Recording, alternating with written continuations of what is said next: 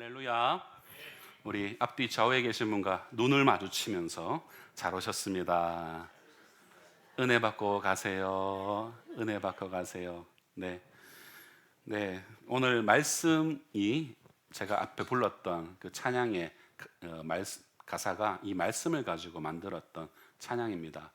아마 8090 세대라면은 많이 익히 들어보셨던 그런 찬양이 아닌가. 목마른 사슴이 이 찬양과 더불어서 이 사슴 찬양으로 쌍벽을 이루는 그런 당대의 이제 찬양이었죠. 그래서 우리가 교회 오빠들이 노래 좀 하는 오빠들이 항상 기타 잡고 이렇게 기도실에서 불렀던 찬양이 이 찬양이잖아요. 아니었어요? 저희 땐 그랬는데 저희 때는 제가 기타 처음 배울 때 이제 목마른 사슴 떼고 나면은 이제 이 찬양으로 넘어가서 사슴 2마리는 잡아야 된다 이러면서 이제 우리가 이 찬양을 배웠던 기억이 있습니다. 기타를 가르쳐줬던 형들이 지금 생각해보면 참 어설펐어요. 코드도 뭐 G, A 뭐 이런 거 기본 코드밖에 모르면서 아는 체는 엄청 하더라고요. 조금 해보니까 그게 별로 그렇게 어려운 코드들이 아니었는데 그렇게 자랑할 만한 일이었는가 지금 생각해보면 참 그렇습니다. 여러분들이 믿음 생활을 이렇게 하시면서 한번 돌이켜 보실 때에 언제 여러분을 가장 힘들게 하고 가장 고통스럽게 하셨습니까? 여러분 많은 사람들을 이제 감동시켜서 이제 선교사로 헌신하게 만든 유명한 책이 있는데 그 책이 제가 오늘 들고 있는 또 이 책입니다. 제가 책을 들고 온 거는 뭐다? 추천독서다. 읽어보시라. 우리 지금 막 밀렸잖아요. 지금 5, 6월 달 스크루브 테이프 편지도 읽어야 되고 이번 달에는 지금 Not a Fan이라는 책도 읽어야 되고 우리 읽어야 될 책이 너무 많은데 이 책은 그냥 여러분 그냥 번외편으로 꼭 한번 읽어보시라. 이게 지금 예전 버전이에요. 지금 이거 크리스찬 다이제스트에서 안 나옵니다. 지금은 좋은 씨앗에서 왼쪽과 같이 이런 이제 그림으로 되어져 있습니다. 그래서 기회가 되신다면 한번 꼭 읽어보시면은 우리가 우리의 삶을 선교적 삶을 사는데 많이 도움이 될 겁니다. 제가 20대 중반 군대에서 제대하고 이제 선교단체에서 선교 훈련을 받으면서 선교적 삶을 살겠노라 다짐하고 결단했던 일이 있었습니다. 그때가 대구 지하철 참사가 있었을 때였어요. 그때 우리 선교단체의 허현 간사님이란 분이 그 참사의 현장에 있었던 분이셨어요. 그래서 그 화마로 인하여서 결국에는 목숨을 잃었고 그 목숨을 잃기 전에 이제 그 많은 그 관련된 이제 제자들이나 또 동역하는 간사님이나 어머니께 보냈던 그 글귀들 문자가 참 우리의 가슴을 후벼 팠던 그런 적이 있었습니다. 그래서 어린이회관에 이제 그 공동 그 분향소를 차려주고 그 당한 사람 어려움을 당한 그 가족들이 같이 그곳에서 이렇게 텐트를 치고 지낼 때에 같이 어머님과 함께 며칠을 보내면서 같이 위로했었던 적이 기억이 납니다. 그 이후에 이제 서울 지부에서 선교사님 선교 동원가이셨던 선교사님 내려오셔서 우리가 허영 간사님의 비전이 이제 100명의 선교사를 자기가 동원하고 자기가 101번째 선교사가 되는 게 그분의 꿈이셨어요. 그래서 그 자리에서 그때 LGM이라고 이제 우리 라지 그룹 미팅이라고 IBF에서는 이렇게 화요일마다 LGM을 모였습니다. 그때 영남대학교 IBF가 대략 한 500명이 매주마다 모였었어요. 엄청 큰 그런 동아리였습니다. 그때 이제 동원을 하셨고 저는 75번째 사람으로 손을 들어서 그때 저도 선교사가 되겠습니다라고 이렇게 지원했던 적이 있었는데 그 선교사를 지원하고 나서 만났던 자매가 있어요. 물론 지금의 우리 아내는 아닙니다. 네, 우리 아내가 맨날 저를 약 올리는 그 한 자매가 있어요. 그래서 그 자매가 꿈이 이제 그 선교사여서 같이 그렇게 선교 꿈을 꾸면서 잘 만나다가 헤어지고 우리 아내를 만났죠. 우리 아내를 만나고는 선교사를 꿈을 접고 주님께서 주의 종이 되라고 이렇게 목회의 길로 이렇게 저를 강권적으로 이끌어 오셨습니다. 그래서 지금 이 자리에 있는 거예요. 네, 물론 목회자도 선교적 삶을 사는 사람이죠. 우리 모두는 다 성도로서 우리 삶의 현장에서 선교적 삶을 사는 사람들이라고 저는 생각합니다. 그때 이제 2년차 때 이 책을 읽었었습니다. 이 책은 이 데이비드 브레이너드라는 사람이 자기의 평생 선교하는 동안에 썼던 날짜와 그때 썼던 일기들을 편집하여서 만든 책입니다. 일기입니다, 일기. 그래서 그때 그가 느꼈던 감정들 이런 것들을 담고 있는 건데 굉장히 그냥 우리가 다른 사람의 일기를 훔쳐보는 그런 느낌이에요. 다른 사람의 삶이 이런 삶이었구나 라고 우리가 훔쳐볼 수 있는 그런 책인데 그 중에 이제 이 내용 중에 1743년 5월 18일의 일기를 보게 되면 이 브레이너드가 이런 고백을 합니다. 그를 가장 고통스럽게 만든 일이 무엇인지를 기록하고 있는 부분입니다. 제가 읽어드리겠습니다. 내 형편은 어떤 종류의 위로도 소용이 없다. 오직 하나님 안에 있는 위로를 필요로 한다. 나는 매우 외로운 황무지에서 살고 있다. 영어를 말하며 교제를 나눌 사람은 단 한 사람뿐이다. 내가 일상 듣는 말은 대부분 북부 스코틀랜드 말이거나 인디언의 말이다. 흉금을 털어놓고 영적 슬픔을 나눌 만한 믿음의 친구는 없다. 하나님 나라의 일에 관하여 대화하고 내밀한 교제를 나누며 합력하여 기도할 수 있는 친구가 없다. 나는 인간적 처지를 볼 때 외롭게 살고 있다. 내 식사의 대부분은 삶은 옥수수나 옥수수 죽이다. 거래처야 집더미 속이다. 내 사역은 어렵고 매우 힘들다. 나를 온전히 위로하여 줄 것은 아무것도 없다. 인디언들은 살 땅이 없다. 지금 사는 곳도 독일인의 것으로 되어 있다. 그들이 강압적으로 빼앗아 버렸다. 그들은 불쌍한 인디언의 삶 같은 것은 염두에도 없다. 내가 알기로는 그들은 날 미워하고 있다.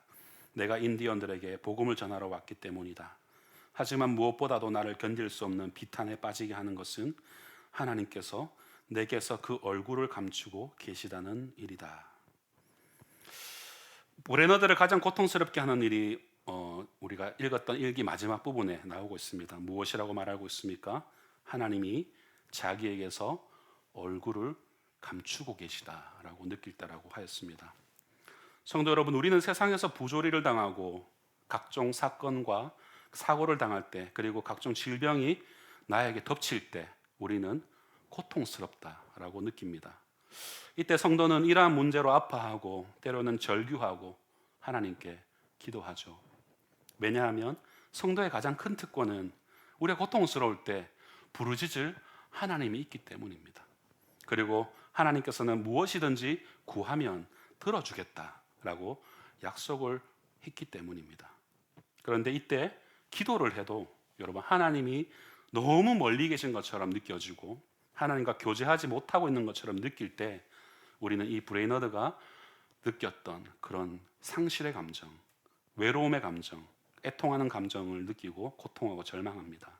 그렇다면 우리는 이 단절됨의 고통을 어떻게 극복할 수 있을까? 여러분, 일반적으로 모세오경을 비롯한 역사서나 선지서들은 일반적으로 하나님이 이르시되와 같은 직접적인 계시로 기록된 것들이죠. 여러분, 하지만 우리가 즐겨 읽고 위로를 얻는 우리가 오늘 읽었던 이 본문 시편들은 다른 성경들과 달리 하나님의 말씀을 믿고 살았던 성도들의 삶의 경험, 그들 내면의 깊은 감정을 우리가 중심으로 기록되어 있다라는 겁니다. 희노애락이 다 담겨 있죠. 오늘 우리가 살펴볼 시편은 시인이 언제 가장 고통했고 그 문제를 어떻게 풀어갔는지를 우리에게 자세히 보여줍니다. 이 시편을 살펴봄으로써 우리는 오늘날 겪고 있는 이 하나님과의 단절의 고통을 풀어가는 그런 해법을 얻게 될 것입니다. 그 해법을 붙잡고 하나님께 우리가 간절히 기도할 수 있는 그런 시간이 되길 소망합니다. 여러분, 오늘 우리가 42편과 43편을 같이 읽었지 않습니까? 그 이유가 이 두 시편은 본래 하나의 시였다라는 게 보통의 학자들의 주장입니다. 그것을 알 수 있는 몇 가지 증거들이 있는데, 첫 번째로는 42편 5절과 11절 그리고 43편의 5절에 있는 이 시의 후렴구가 세 번 다 동일하게, 히브리어로도 동일하게 그 순서가 똑같이 기록되어져 있다는 것입니다. 함께 우리 5절 말씀 읽어보겠습니다. 시작. 내 영혼아, 내가 어찌하여 낙심하며 어찌하여 내 속에서 불안해하는가? 너는 하나님께 소망을 두라. 그가 나타나 도우심으로 말미암아 내가 여전히 찬송하리로다. 아멘. 이게 5절, 11절, 43편 5절까지 똑같이 세 번이나 반복적으로 기록되어 있다는 것이죠. 두 번째로는 어떤 근거가 있냐면 이 시의 표제가 42편에는 고라자손의 마스길 인도자를 따라 부르는 노래라고 있는데 43편에는 없다는 것입니다. 이것과 유사한 성격인 이제 42편과 이 43편이 하나의 시라는 것을 보충하죠. 물론 이 시편에는 표제가 없는 시편들이 예외적으로 우리가 몇 편이 있긴 합니다만 대부분은 다 표제가 있습니다. 그리고 세 번째 근거가 되는 것은 이 시에서 사용되고 있는 문체와 그리고 흐르고 있는 사상, 그것들이 동일하다는 거예요. 그리고 42편, 43편은 동일한 저자가 쓴 시라는 것이 대부분의 성경학자들의 그런 해석입니다. 이 시의 주제는 하나님이 멀리 계시거나 안 계신 것처럼 보여서 고통하지만 변함없이 하나님을 붙잡으면서 그에게 소망을 두고 하나님을 찾으면은 반드시 하나님이 도우신다라는 그런 주제를 담고 있습니다. 오늘 우리는 이 시편을 통해서 성도를 고통스럽게 하는 문제를 먼저 살펴볼 것이고, 그리고 이 고통을 극복하는 방법이 무엇인지 우리 함께 교훈을 받고자 합니다. 첫 번째로, 그렇다면 성도의 고통은 무엇인가? 이 시의 저자인 고라 자손 가운데 한 성도가 이 굉장히 고통을 당하고 있었어요. 그래서 이 시를 쓰게 되는데 그 문제가 무엇인지를 살펴보려고 합니다. 여러분, 이 시는 한 성도가 어떤 고통에 빠져 있고 그 고통의 정도가 얼마나 심한지 이 본문에서 세 가지의 상황으로 설명을 하고 있습니다. 그 첫 번째로는 42편 1절에서 4절에 나타나 있고, 두 번째로는 42편 6절에서 10절, 그리고 세 번째로는 43편 1절에서 4절에 나타나 있습니다. 그렇게 1절에서 4절 그 고통을 말하고, 하지만 하나님께 소망을 두라 5절에서, 그리고 또 두 번째 달린 6절에서 10절까지 고통을 당한 내용을 적고 11절에서 하나님께 소망을 두라, 그리고 1절에서 4절까지 또 고통을 당하는 것을 기록하고 5절에서 하나님께 소망을 두라, 이렇게 하고 있다는 것이죠. 먼저 42편 1절에서 2절을 보십시오. 하나님이여, 사슴이 시냇물을 찾기에 갈급한 같이 내 영혼이 주를 찾기에 갈급하니이다. 내 영혼이 하나님과 살아계신 하나님을 갈망하나니 내가 어느 때에 나아가서 하나님의 얼굴을 배울까? 이 시의 저자는 목마른 사슴이 시냇물을 찾기에 갈급함 같이 주를 찾기에 갈급하다라는 그런 비유적인 언어로 이렇게 표현을 합니다. 사실 우리는 사람이지 이 사슴이 아니기 때문에 이 사슴의 목마름 정도가 어떤 것인지 우리는 알지 못합니다. 혹시 집사님 아세요? 사슴이 얼마나 목마른지 우리가 어찌 압니까? 그죠? 그런데 이 비유적 언어를 통해서 말하고자 하는 핵심은 어느 때에 하나님께 나아가서 하나님의 얼굴을 배울 수 있을지에 대한 거예요. 그리고 그 목마름은 하나님의 얼굴을 보는 것이다 라는 것입니다. 그렇다면 성도 여러분, 하나님의 얼굴을 본다는 것은 여러분 어떤 의미일까요? 그림이 그려지십니까? 출애굽 당시에 모세는 주의 영광을 내게 보이소서라고 출애굽기 33장 18절에서 말을 했습니다. 그때 하나님 모세에게 그의 영광을 나타내셨습니다. 여러분, 이 점은 그리스도 안에서 구속받은 모든 성도들도 동일합니다. 죄로 인하여서 우리가 하나님과의 관계가 깨어졌지만 그리스도께서 십자가에 대신 죽으심으로 의롭다함을 받아서 우리는 하나님과 다시 막힌 담을 허물게 되었고 평화로운 관계가 되었습니다. 그래서 하나님의 영광을 보고 우리는 즐거워하게 되었죠. 로마서 5장 1절에서 2절 같이 읽어보겠습니다. 시작. 그러므로 우리가 믿음으로 의롭다 하심을 받았으니 우리 주 예수 그리스도로 말미암아 하나님과 화평을 누리자. 또한 그로 말미암아 우리가 믿음으로 서 있는 이 은혜에 들어감을 얻었으며 하나님의 영광을 바라고 즐거워하느니라. 아멘.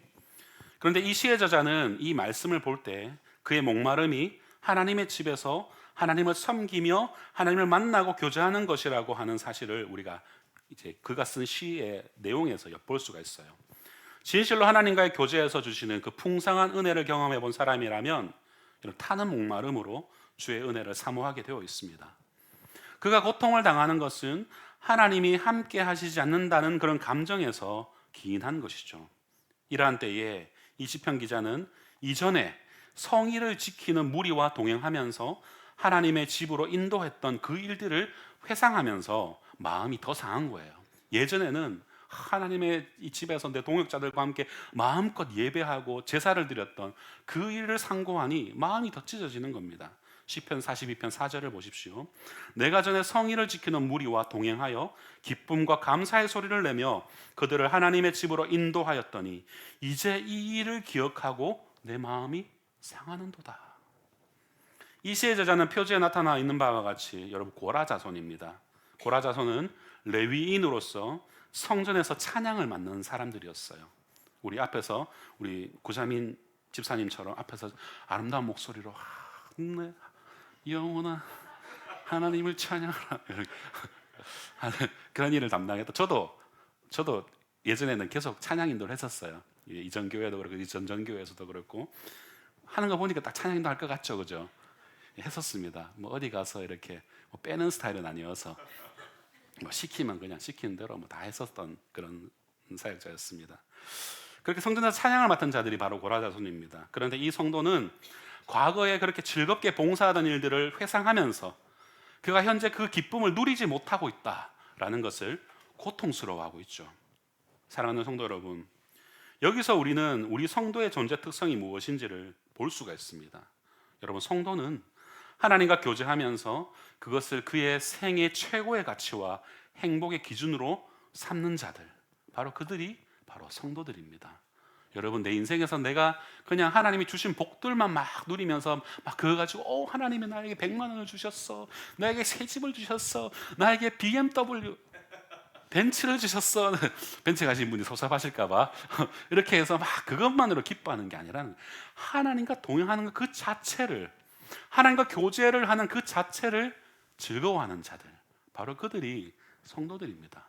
나머지 우리 주시는 그 집이나 뭐 물질이나 모든 것들은 다 그냥 플러스 알파예요. 딸림이라는 거예요. 으뜸이 진정한 그 하나님과 교제라면 딸림이 그러한 모든 부대적인 것들이라는 거예요. 먼저 그 나라와 의를 구하라. 그러면 이 모든 것을 내가 너에게 더 해주겠다. 덤이라는 거예요. 딸려온다는 것입니다. 여러분, 음악에서도 으뜸음이 있죠. 1도가 으뜸음이면 딸림음은 뭡니까? 몇 도입니까? 빨리 5도죠. 지금 임 집사님 음악을 하셨다니까. 제가 주일날 임 집사님 아동부 찬양하는 거 보면요, 잘하세요. 아침이라서 컨디션 조금 안 좋아서 여기 난조가 있을 때가 있지만 좀 안타깝긴 하지만 분명히 저녁에 부르면 더 잘 부르실 거다. 예전에 찬양팀 하시고 이렇게 분명히 하셨을 거예요. 저거를 썩히고 계실 분이 아니에요. 또 왜냐하면 예한이 보면 알잖아요. 예한이가 춤을 얼마나 잘 춥니까? 그 피가 분명히 장로님에게서 온 건 아니거든. 제가 아무리 봐도 장로님에게서 온 그건 아니에요. 그러면은 당연히 엄마죠, 그죠? 그래서 보면 예한이 댄스 할 때 집사님이 제 앞에서 춤 추시거든요. 정말 잘하세요. 다 외우고 계시더라고요. 그래서 전 저보다 율동 잘하는 사람 만나면 되게 시기합니다. 제가 한 춤을 추기 때문에. 제가 뭐 하다가 이렇게 넘어갔죠. 네, 우리 존재의 특성은 바로 그 하나님과 교제하는 가운데서 행복의 기준을 삼는 자들이다라는 것입니다. 구약의 성도들은 그렇게 성전을 중심으로 그것이 형성되어 있었고, 신약의 성도들은 교회를 중심으로 형성되어 있었습니다. 이것이 구원받은 하나님 자녀들 성도의 존재 특성이라는 거예요. 여러분, 우리의 존재 특성은 교회, 공동체, 성전에서 예배하는 일을 빼놓고는 상상할 수가 없는 거예요. 그것은 여러분, 우리 성도가 아니라는 거예요.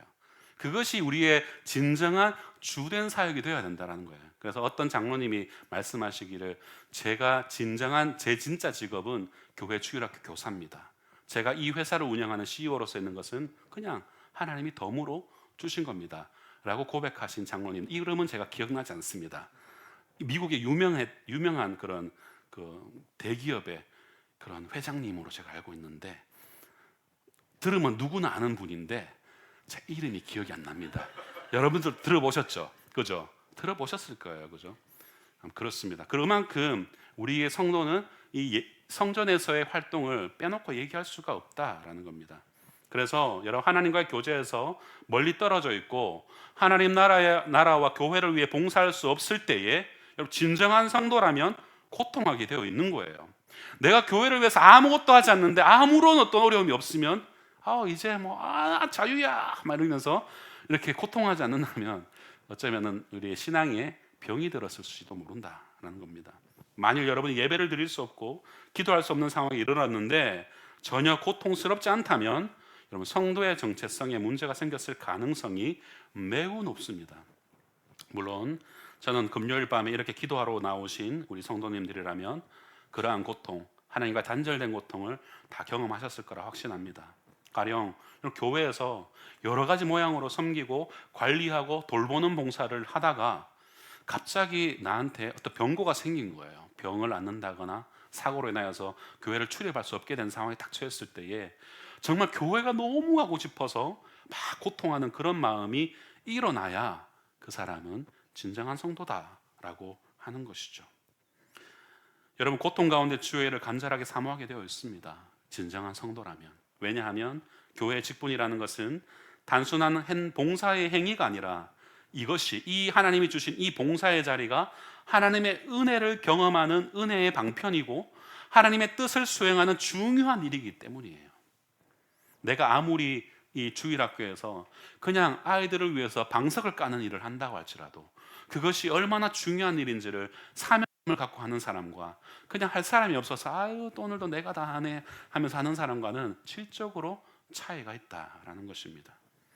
그런데 이 시편 기자는 그가 그토록 사모하는 이 성전 봉사를 하지 못하고 있었던 거예요.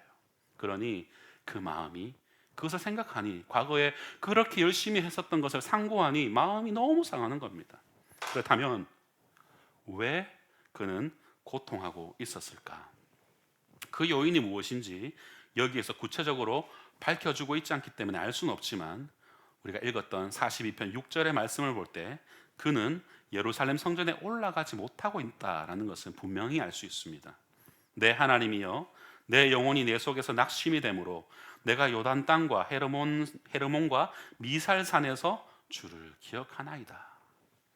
이 성도가 지금 처해 있는 곳은 이스라엘 경계 밖에 있는 것으로 확인이 됩니다. 요단 땅과 헤르몬은 이스라엘의 최북단이고 미살산은 알려지진 않지만 그 부근으로 본다고 여겨집니다. 이것은 당시 이 성도가 거의 남쪽 끝자락에 위치한 예루살렘 성전에서 아주 멀리 이스라엘의 최북단에 있는 그 땅에 떨어져서 있다라는 것을 의미하죠. 그리고 성전에서 멀리 떨어지게 된 것은 하나님의 파도와 물결에 의해서 원치 않는 바 하나님의 섭리대로 되어졌다라고 이해할 수 있는데 42편 7절 같이 읽어보겠습니다. 시작.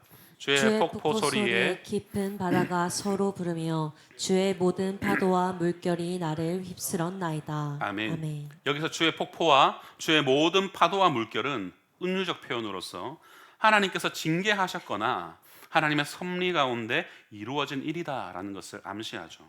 정리해보자면 여러분 이 시편 기자는 하나님의 징계나 혹은 하나님의 어떤 특별한 뜻이 있어서 예루살렘에서 멀리 떨어져 있게 되었다라는 거예요. 그리고 그곳은 이방 나라였습니다. 43편 1절을 읽겠습니다. 시작. 하나님이여 나를 판단하시되 경건하지 아니한 나라에 대하여 내 송사를 변호하시며 간사하고 불의한 자에게서 나를 건지소서. 아멘.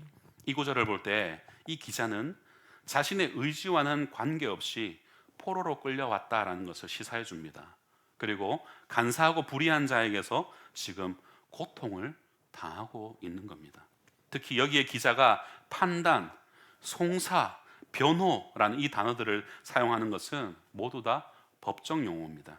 이것은 저자가 법정에서 서 있듯이 하나님께 지금 탄원하고 있다라는 것을 알 수 있죠.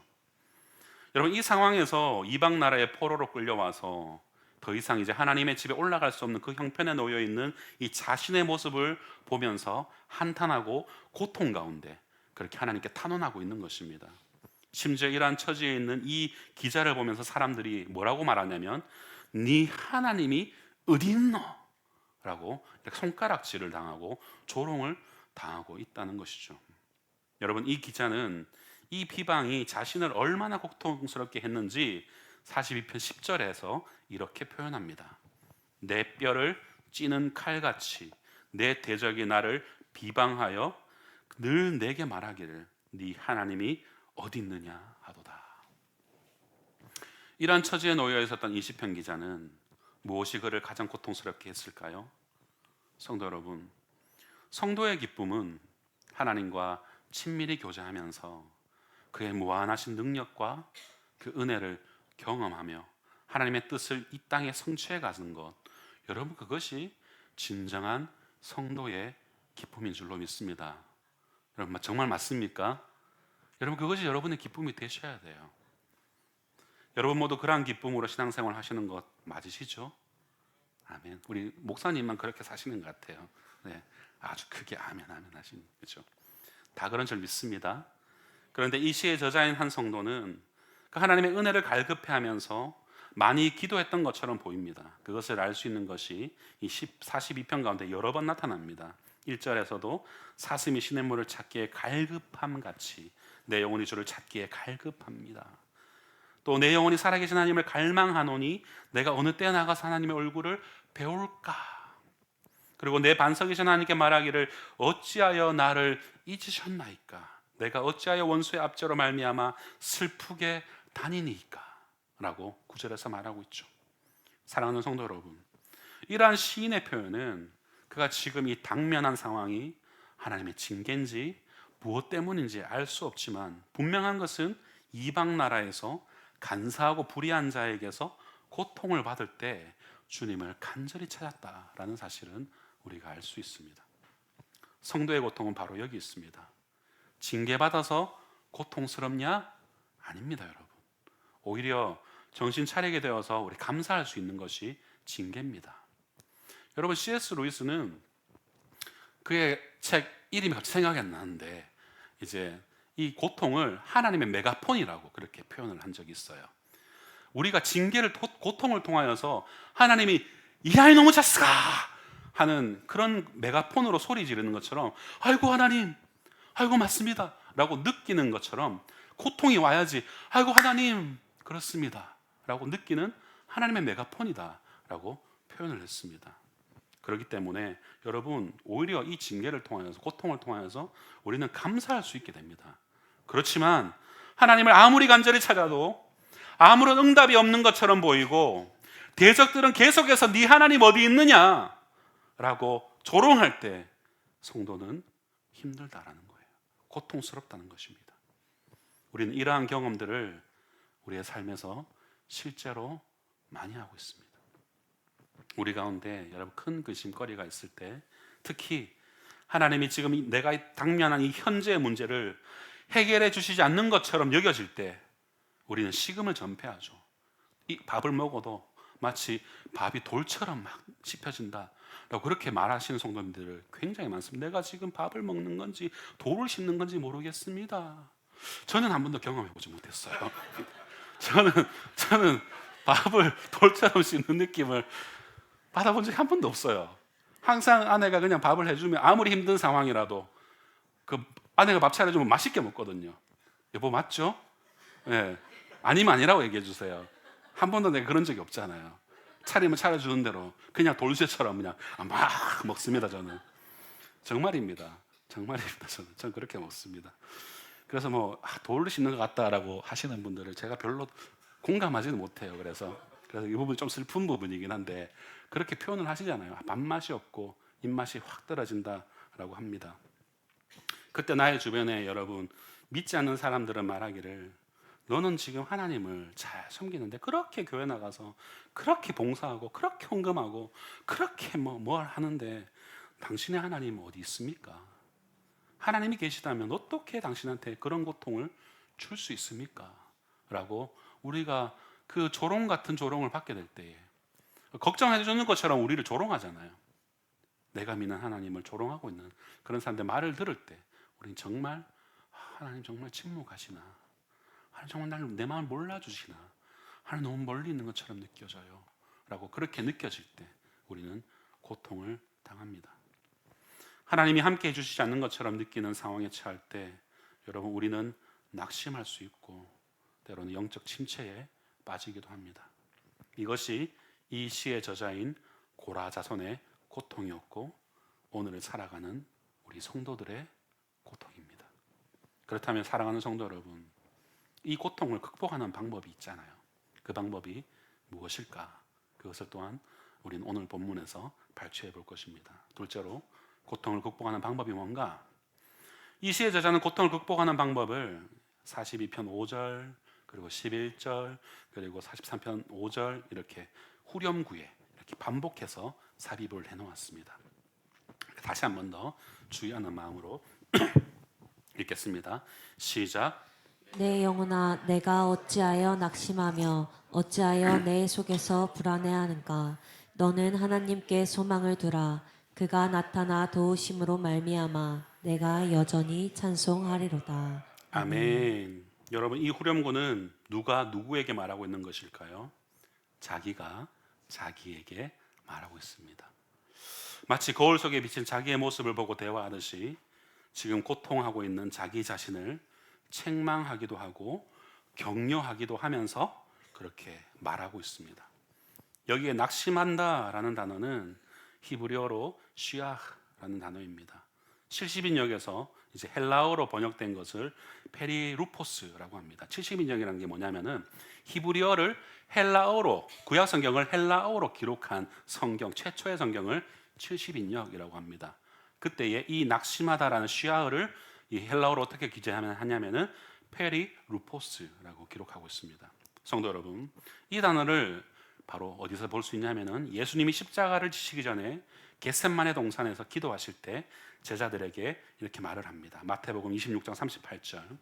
내 마음이 심히 고민하여 죽게 되었으니 너는 여기 머물러 나와 함께 깨어 있으라 라고 이렇게 말씀하시죠.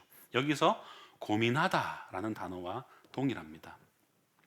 이것은 단순히 고민하거나 어떤 낭망하는 정도가 아니라 애간장이 녹아내리는 고통. 그래서 영어로는 뭐 very sorrow, 그 sorrow가 우리 슬픔인데 앞에 벨이라는 부사가 붙어서 이렇게 표현을 하더라고요. 그래서 애간장이 녹아내리는 그런 슬픔과 고통 중에 있었다라는 것입니다.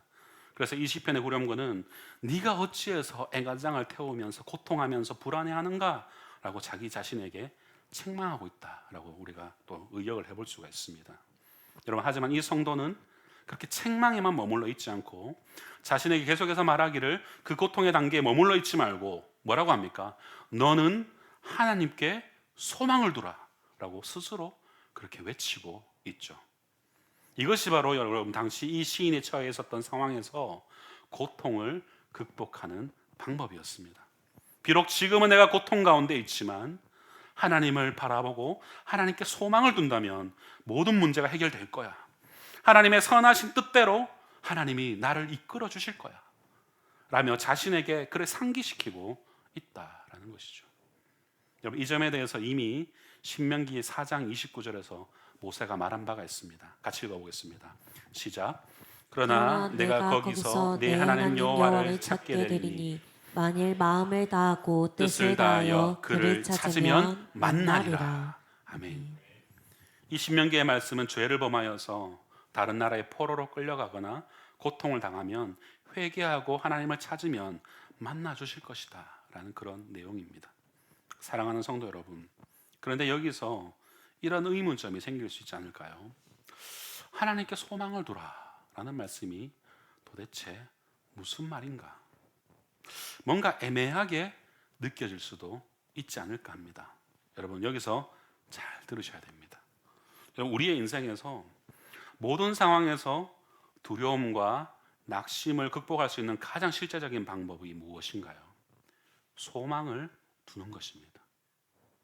맞죠? 여러분, 소망이 있으면 두려움을, 낙심을 극복할 수 있습니다. 여기서 소망을 둔다라는 말은 히브리어로 야할이라는 단어입니다. 이 단어는 약속이 성취되어 기다린다라는 의미예요.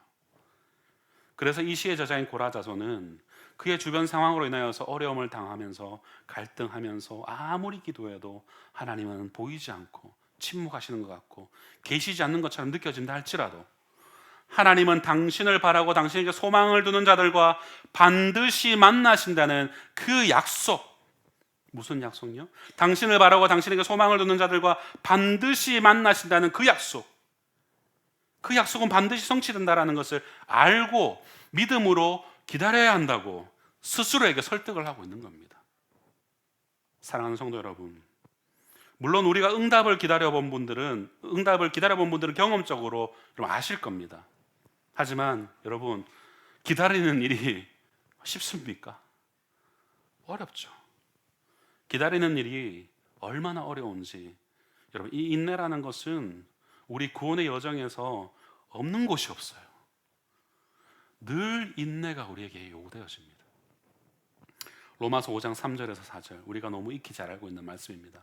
같이 읽겠습니다. 시작.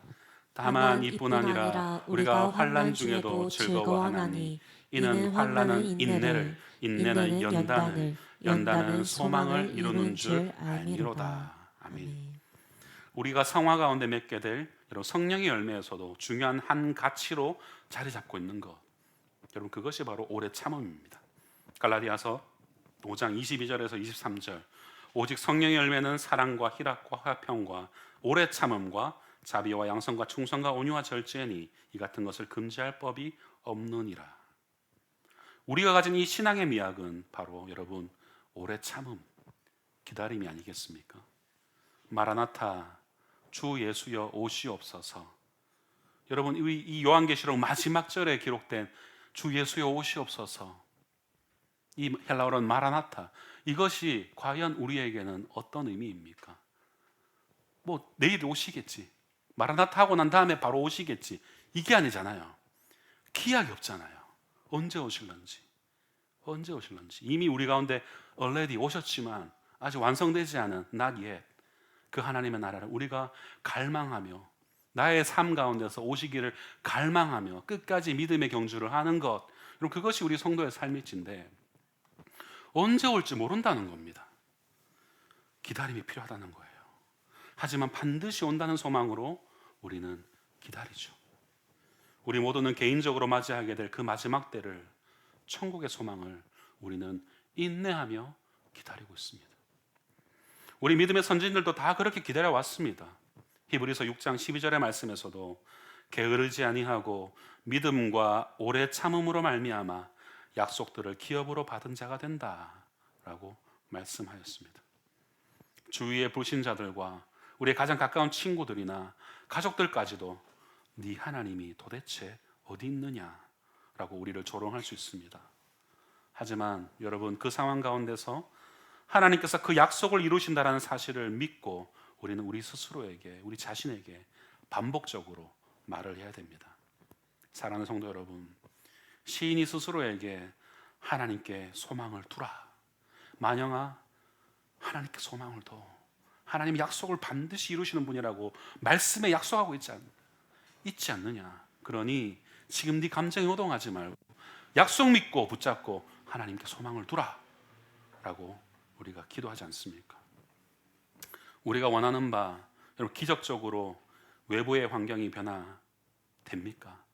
그렇게 하나님께 소망을 두라, 우리가 막 도와, 만영아 도와, 될 거야, 하나님 때가 될 거야 라고 하는 순간 막 기적적으로 막 환경이 변화되어집니까?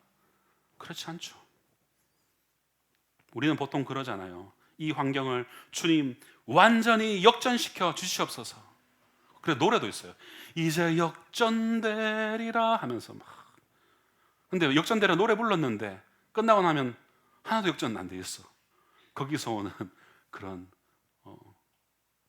비참함들, 기적적인 변화, 여러분 그것을 우리는 때로는 갈망합니다. 하나님 제발 지금 내가 겪고 있는 이 고통 역전시켜 주시옵소서 라고 기도를 합니다. 하지만 사랑하는 성도 여러분, 이런 일은 정말 잘 일어나는 일이 아니잖아요. 우리가 이것만이 진정한 기적이라고 여겼다면 여러분 하나님의 수식어에 기적의 하나님이라는 수식어는 빼야죠.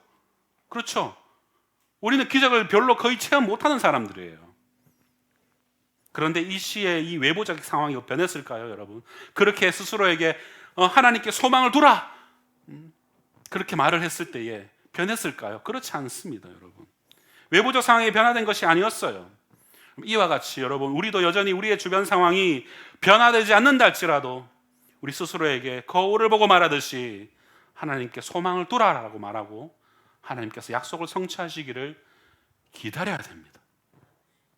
이때 우리의 마음에 두려워하고 낭망하는 마음, 그리고 하나님께 소망을 두는 이 두 마음이 서로 공존하면서 갈등을 일으키잖아요. 이럴수록 여러분 특별한 해법이 있습니까? 특별한 해법이 없습니다.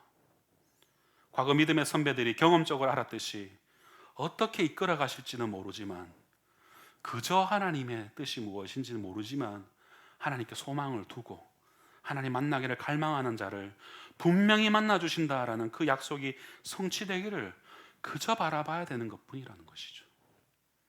특히 성경 가운데 드러난 이 하나님의 신실하심을 믿으며 약속을 성취하신 그 역사적 사실들을 마음에 새기면서 우리는 반복적으로 우리 스스로에게 선포해야 합니다. 그래, 하나님 반드시 나를 만나 주신다.